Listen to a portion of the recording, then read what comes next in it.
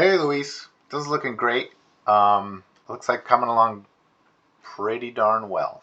I have just like a few things. I'm not sure how you're feeling about it or anything, but okay. So one of the things that catches my eye, I like the blue foot when it slides out.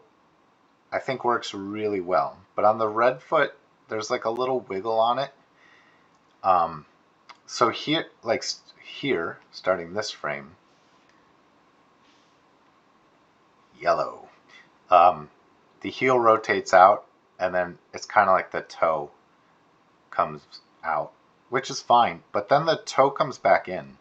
I would almost leave it like in this toe out attitude, just so that last little wiggle, I think, is not serving you. I would just keep it kind of like where it was. It's a tiny thing, because the blue one kind of works. Maybe, when it starts to slide out, the blue one, what did I do? When the blue one starts to slide out,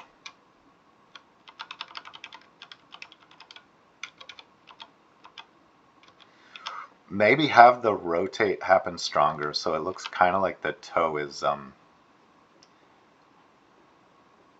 stuck in place just for a frame or two. Not completely stuck in place, but then it starts to rotate out. This is a tiny little nitpicking note, so ignore them if you like.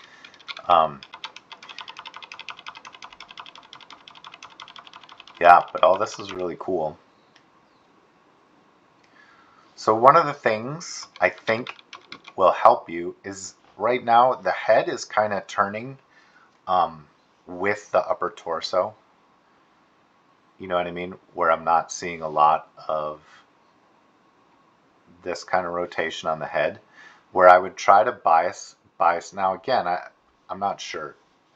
If this runs contrary to what you're going for, then feel free to ignore it. But if you could keep the head maybe rotated a little more, looking in the direction where they're going, and leave it a little more like forward looking. It doesn't have to be like locked or anything, but maybe try to counter the rotation of the torso a little bit more. And I'm kind of feeling like I want to see a little bit of play between the pelvis and what the torso is doing, because again, they feel like they're rotating left and right together, like in lockstep, and it feels like the spine isn't really, like the pelvis isn't rotating independently. And like here, I feel like maybe, again, I don't know, maybe your reference disagrees with what I'm about to say, but when you put weight on that leg, I kind of want to see that hip go up a little bit to show that it's like taking that weight on. But man, what a fun walk. What a fun piece you're working on here. I love this blue leg when it goes straight. I feel like here I'm missing a little bit of that same straightness that the blue leg has. Maybe that's just the angle, but this feels really straight, and that's what's giving you a lot of style points, like it's a really stylized walk because that leg goes straight, where like the red one does go straight. I don't know. Anyways, but anything, like I feel like the blue one is straighter sooner, maybe for a little bit longer, and the red one takes a little longer to get in that straight attitude. But that's another thing that I would suggest from this side view. I would suggest keeping this foot a little bit longer with a toe in a toe down kind of attitude. You know what I mean? Before you raise up the toe, because this, like looking at it from this angle, like this feels like a kind of an awkward angle to keep your heel at while your leg is picked up. You know, it's like I can almost feel the tension on the hamstring in the back there.